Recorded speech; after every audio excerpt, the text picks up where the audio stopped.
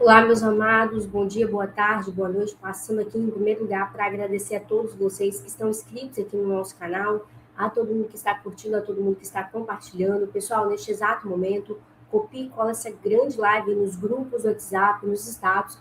Coloca aqui nos comentários qual o número do like de vocês, que é o joinha, e principalmente se inscreva e compartilha, porque a inscrição e o compartilhamento de vocês é de graça. Pessoal, iremos falar agora do fechamento do Supremo Tribunal Federal. O ministro André Mendonça, juntamente com os nossos jornalistas agora, iremos diretamente de Brasília. Ele descreveu há poucos segundos atrás agora que pessoas próximas, que se a investigação do Master apontar envolvimento do ministro Dias Toffoli e do ministro Alexandre de Moraes, não vai aceitar que eles se livrem das consequências por coleguismo, principalmente o impeachment de todos agora no Supremo Tribunal Federal. E o senador Alessandro Vieira acaba de protocolar o pedido de prorrogação da CPMI do crime organizado. E, pessoal, uma das pessoas aí que morreu, que iria entregar aí os dados sobre o Daniel Vorcaro.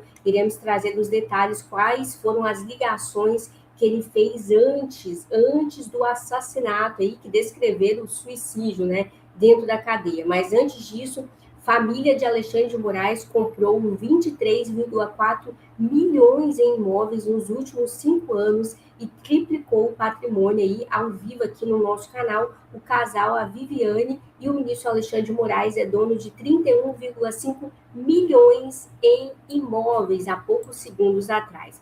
Você que está chegando aqui, copie e cola essa grande live aí nos grupos do WhatsApp, nos status, coloca nos comentários qual o número do like, que agora a gente vai diretamente de Brasília com o ministro André Mendonça para descrever o que vai acontecer daqui em diante no nosso Brasil. Está chegando aqui pela primeira vez, conectado comigo de segunda a segunda, coloca aí nos comentários, doutor, estou aqui pela primeira vez, estou aqui desde o início, que eu quero falar o nome de vocês. Pessoal, antes disso, daqui a pouquinho a gente vai falar sobre a morte também, que foi confirmada há poucos segundos, chegou aqui para nós ao vivo. Vai dando like, vai compartilhando, deixa a gente ir diretamente de Brasília sobre o ministro André Mendonça, o envolvimento aí do Dias Toffoli e do ministro Alexandre de Moraes. Olha as informações. O André Mendonça tem afirmado a pessoas próximas que nos acompanham, mesmo que essa delação ainda não tenha sido formalizada, a perspectiva de que isso aconteça já coloca, então, esse dilema, né, que vai ter para Paulo Gonet, Procurador-Geral da República, e para o relator ministro André Mendonça. O André Mendonça tem afirmado a pessoas próximas que a investigação não pode se prestar a pré-julgamentos ou perseguições, mas que se as provas do processo demonstrarem o envolvimento real de colegas nessa teia de relações de Vorcaro, vai trabalhar com seriedade e seguir em frente. Isso de acordo com a reportagem do jornal Folha de São Paulo. Segundo relatos feitos à reportagem por interlocutores do ministro, ele leva em conta o fato do Master e, havendo evidências concretas de irregularidades, não vai aceitar que Toffoli e Moraes se livrem das consequências por um coleguismo. Sob reserva, o ministro disse à reportagem que Mendonça deveria ter cuidado para não supervalorizar informações que não sejam objetivamente criminosas, sob pena de minar a confiança da população no judiciário e sujeitar a corte e os integrantes a uma nova onda de ataques. E o jornal também registra que esses interlocutores lembram, né, do caso da Lava Jato, em que havia um grande anseio da opinião pública, mas que isso talvez não tenha sido conduzido da melhor forma. Olha, em iniciais da negociação para um acordo de delação, os advogados que representam Daniel Vorcaro chegaram a sugerir aos investigadores que não fossem mencionados ministros do Supremo, mas a ideia foi rechaçada porque não se pode dar ao delator a prerrogativa de selecionar quem entregar e quem poupar. Portanto, o Daniel Vorcaro, que prepara este acordo de delação premiada, deve dizer tudo, doa quem doer, pelo menos esta é a previsão inicial. A gente vai seguir acompanhando, porque esse dilema vai só aumentar com o passar aí do tempo, né, e com a possibilidade de que esse acordo de fato seja formalizado. Pessoal, vocês que estão chegando aqui pela primeira vez, coloca aí nos comentários, doutor, estou pela primeira vez no seu canal. Eu peço a ajuda de vocês para compartilhar o máximo possível essa nossa transmissão ao vivo. Copie e cola aí nos grupos do WhatsApp, nos status. Coloca nos comentários aí qual a cidade, qual o estado vocês estão me assistindo aqui ao vivo. Pessoal, sicário de Vorcaro ligou para 2 pessoas logo antes de morrer na prisão. E a Polícia Federal tenta identificar os interlocutores antes de encerrar o inquérito aí.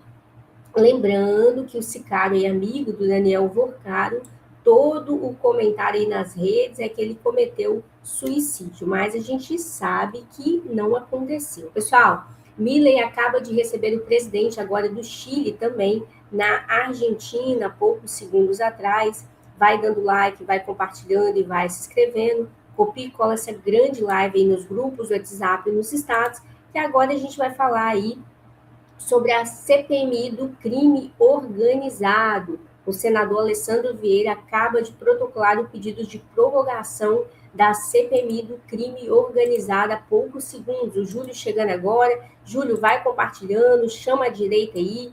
Pessoal, copia e cola essa grande live nos grupos do WhatsApp, nos status. Vai se inscrevendo, porque a inscrição de vocês é de graça. E participa aqui do nosso canal. Uma matéria está em nosso site, acabaram de subir, que é esta aqui, ó. Relator protocola pedido para prorrogar CPI do crime organizado, com 28 assinaturas. Portanto, nós temos aqui o relator Alessandro Vieira, do MDB de Sergipe, protocolou hoje, ou seja, agora há pouco, agora segunda de manhã, um pedido que o colegiado seja prorrogado. Ao todo, quase 30 parlamentares assinam a solicitação para que a comissão dê continuidade aos trabalhos. E aí, nós temos aqui todos as assinaturas, os nomes, os partidos políticos, os estados desses parlamentares que desejam, portanto, prorrogar a CPI do crime organizado. Agora, isso vai fazer com que ela seja de fato prorrogada? Só o destino dirá. O fato é que estamos nos últimos dias. Uma matéria está em nosso site, acabaram de subir, que é esta aqui, ó. Relator protocola pedido para prorrogar CPI do crime organizado, com 28 assinaturas. Portanto, nós temos aqui o relator Alessandro Vieira, do Pessoal, o negócio tá feio. O negócio está feio em Brasília. Você que está chegando aqui, copia e cola essa grande live aí nos grupos do WhatsApp, nos status. Pessoal, agora a informação sobre o ministro Alexandre de Moraes, a respeito do Jair Messias Bolsonaro. A Michele Bolsonaro descreveu que o estado de saúde dele é delicado, possivelmente, tudo indica, e a gente está acompanhando em tempo real, que ele pode voltar para o hospital para passar por novos exames ou novas cirurgias. Há poucos segundos atrás, as informações. Você que está chegando aqui, vai dando like, vai compartilhando e vai se inscrevendo. Olha as informações diretamente de Brasília, pessoal. Kombi, eu também conversei já há algum tempo, né, desde que saiu a notícia dos 129 milhões, com alguns amigos que são advogados aqui na Califórnia, que já é o teto do teto de tudo, de aluguel, de lawyer fees, ou seja, tudo que você imaginar aqui na Califórnia. O Consta, até bem-vindo, Consta. O Consta está aqui na minha soviética Califórnia. Seja bem-vindo, Consta. O Consta está no norte, eu estou aqui mais para o sul, mas tudo aqui é muito caro. E os meus advogados amigos aqui disseram 129 milhões de reais, aí a gente fez ali uma conversão rápida e eles assim balançando a cabeça. Não, impossível esse valor. Não vou concordar com o Consta em relação às ligações, já estão todas aí. Só não quer ver quem realmente quer passar pano para essa corrupção que já está escancarada. O que eu gostaria que todos nós fizéssemos pelos patriotas, pelo presidente Jair Bolsonaro, pelo Felipe Martins, pelo Daniel Silveira, por tantas pessoas que estão presas ou que estão com tornozeleira eletrônica, em prisão domiciliar ou que estão exiladas, a gente tem que começar a bater sem descansar um minuto na anulação de tudo que este homem, que este tirano, isso não é nem homem mais, né? Esse tirano colocou a mão. Quando que a gente pode começar a falar em anulação? Ora, o ministro Fux já começou, aquele voto histórico dele, né, de 16 horas, 14, 15, 16 horas, e que falava o tempo todo, é necessário a anulação absoluta desse falso processo do golpe, não existe isso. A gente tem que continuar, minha opinião, a gente tem que continuar expondo, porque são 9 celulares, né? Essa semana a gente teve essa notícia, 9 celulares, mais de 8 mil vídeos, meu Deus do céu, deve estar todo mundo em Brasília de cabelo em pé. A gente tem que explorar bastante isso, mas a gente não pode deixar de falar que tudo que este homem colocou à mão precisa ser anulado. São centenas de presos políticos, idosos. Presidente Bolsonaro, tudo que a gente viu o presidente Bolsonaro passar, eu sei que a anistia se tornou, em um certo grau, um ponto sensível, né? Principalmente para aqueles que estão tentando se reeleger em algumas frentes, mas a gente tem que falar da anulação o tempo todo. Esse homem não pode simplesmente sair ileso, ou mesmo que ele seja afastado, mesmo que ele seja empichado, a gente tem que olhar para trás. O que esse homem colocou à mão está podre como a alma desse sujeito.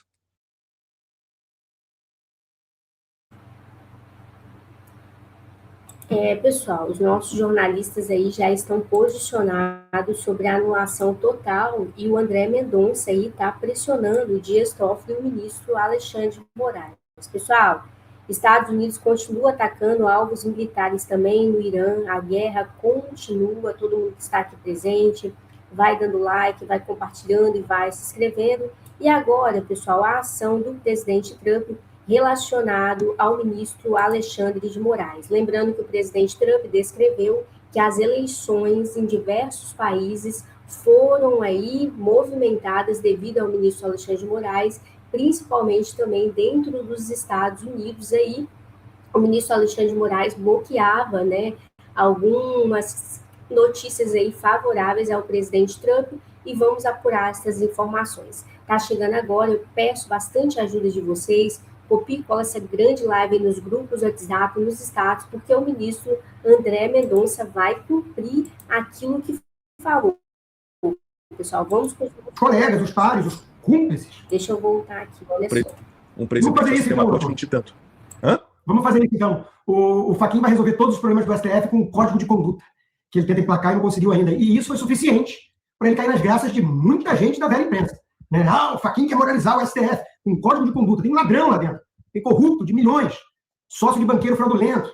Então, é uma piada o Fachin. Mas tem que lembrar que o Fachin é parte do problema e não da solução. Né? O Fachin foi o responsável pela soltura do Lula. O Fachin era garoto propaganda da Dilma Rousseff. O Fachin apoia o movimento criminoso MST. Quem é do Sul conhece a figura. Então, ele tem essa fala mansa, ele joga essas frases de efeito, né? Código de conduta, a imagem do Supremo, e ele é parte do problema. Ele está ali no espírito de corpo, como lembrou o Luiz, né? O corporativismo dessa turma. Ele está ali protegendo os seus, os colegas, os pares, os cúmplices. Essa resposta à carta final aí das investigações, né? Do Comitê de Justiça da Câmara, né? Mostra bem isso. É uma resposta ridícula. Quer dizer, estava dentro da lei, estava investigando. Não, ele incluiu o Elon Musk no inquérito. Ele incluiu o cidadão americano e mandou a empresa americana, que nem atua no Brasil, entregar meus dados para ele. Então, não, isso é coisa de tirano. Os Estados Unidos levam muito a sério isso. Né? Os Estados Unidos levam muito a sério. Isso é violação de direitos básicos do cidadão americano.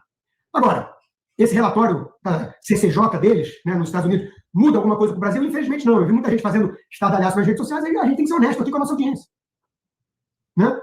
Isso não é algo que veio da Casa Branca. Isso não é o Trump se manifestando. O Trump retirou a Magnitsky do Alexandre e continua suspensa. O Trump continua fazendo alguns elogios ao Lula, tentando, de alguma forma, um acordo aí do interesse dos Estados Unidos. Então, eu acho que muita gente leu que esse relatório conclusivo de investigações que vinham desde 2024 era o Trump mudando de tom. Né? O Trump voltou a olhar para o Brasil diferente, né? E vai ficar em cima do Moraes e companhia. Infelizmente, não dá para concluir isso. Foi algo do Comitê de Justiça da Câmara, dominado pelo Partido Republicano. Né? Mas é um relato importante que retrata a realidade brasileira, que todos nós conhecemos, e é bom para mais gente no mundo conhecer, né? Saber o que está se passando no país. Pessoal, os nossos jornalistas aí estão trazendo todos os detalhes agora, oficialmente, do nosso Brasil. Peço bastante atenção de vocês, peço que vocês copiem e colem essa grande live aí nos grupos do WhatsApp, nos status aí, porque vai ter mudança, pessoal, agora sobre o Pix no nosso Brasil. Doutora, como assim? Você que é aposentado, pensionista e quem utiliza o Pix, eu peço que vocês compartilhem essa grande live nos grupos do WhatsApp, nos status, que a gente vai apurar as informações agora das mudanças aí do Pix no nosso Brasil. Tá chegando agora, é aposentado, é pensionista, você que utiliza o Pix ou sua família utiliza, filho, filha, por aí, senta o dedo aí compartilhando que a gente vai apurar essas informações agora. Olha só, pessoal. Vamos voltar a falar com Marcelo Lins? Deixa eu voltar aqui. E o presidente da Colômbia, Gustavo Petro, saiu em defesa do Pix e pediu que a ferramenta seja adotada no país dele. Nas redes sociais, Petro disse: peço ao Brasil que estenda o sistema Pix à Colômbia. Tomara que deixe de considerar a lista do escritório de controle de ativos estrangeiros, que já não serve. Segundo Petro, o Pix representa uma alternativa mais eficiente no sistema financeiro. O posicionamento acontece depois de falas do presidente americano, Donald Trump, que teria ameaçado impor sanções ao Brasil sob o argumento de que o Pix prejudica empresas de cartão de crédito. Vamos falar com Marcelo Lins? porque essa fala de Petro indica um movimento tímido ainda, né, de países buscando alternativas ao sistema financeiro dominado pelos Estados Unidos, mas também, como você mencionou, né, a compra de petróleo em yuan chinês são formas de alternativas que incomodam os Estados Unidos, né? De que forma que essa declaração de Petro se soma aos incômodos que Trump vem manifestando com relação à Colômbia, aos governos de Colômbia e Brasil? Pois é, Vitor, acho que você falou a palavra-chave aí, incômodo. O Pix é um grande incômodo para os Estados Unidos nesse momento. Estados Unidos, leia-se o governo Trump, que está agindo em nome das grandes operadoras de cartão de crédito que não conseguiram ainda reagir à altura a essa inovação criada por técnicos do Banco Central do Brasil e que se mostrou um estrondoso sucesso, né? O Pix é, para todos os efeitos, um gigantesco sucesso. Ajudou na bancarização, facilitou transações, agilizou a circulação de moeda dentro do Brasil. Hoje em dia também na Argentina a gente consegue pagar com Pix também. Agora tem o interesse da Colômbia e tudo isso para desespero das operadoras que não conseguiram ainda criar atrativos suficientes para que os clientes acreditem que vale mais a pena utilizar o pagamento através dos cartões do que o pagamento através do Pix. Lembrando que o pagamento através dos cartões cobra diretamente do consumidor, do usuário, uma taxa que lhe é descontada, acaba sendo acrescida ao preço da sua transação. Enquanto que o Pix, para o consumidor final, ele é gratuito, ainda que ele não seja totalmente gratuito na sua operação, já que o Banco Central arca com o custo dessa operação. Mas é um custo que foi calculado e avaliou-se que valia a pena diante de todos os benefícios que ele traz. De fato, o que a gente está vendo é uma mudança de paradigma no sistema de pagamentos eletrônicos. O Pix, ele é a grande inovação. E aí, pessoal, o que vocês acham sobre essa questão aí da mudança do Pix aí? Cola essa grande live nos grupos do WhatsApp, nos estados. Coloca nos comentários qual o número do like de vocês.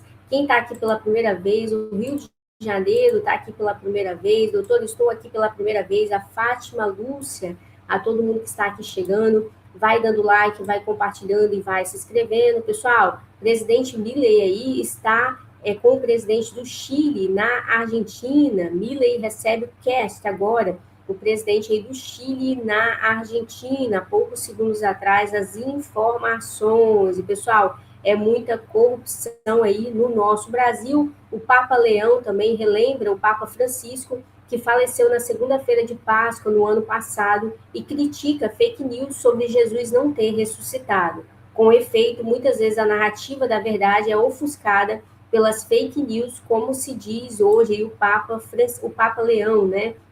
Descrevendo aí o Papa Leão XIV, descrevendo aí as situações que está no nosso Brasil e em vários países. Pessoal, vocês que estão chegando, a guerra também nos Estados Unidos com o Irã continua aí, que Deus possa ter misericórdia. Quero chamar a atenção de vocês, peço que vocês copiem e colem essa grande live nos grupos do WhatsApp, nos estados, compartilhem com o máximo de pessoas.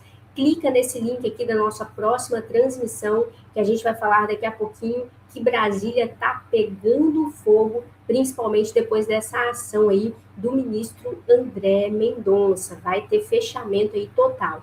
Vai dando like, vai compartilhando e vai se inscrevendo, e já a gente volta na nossa próxima transmissão.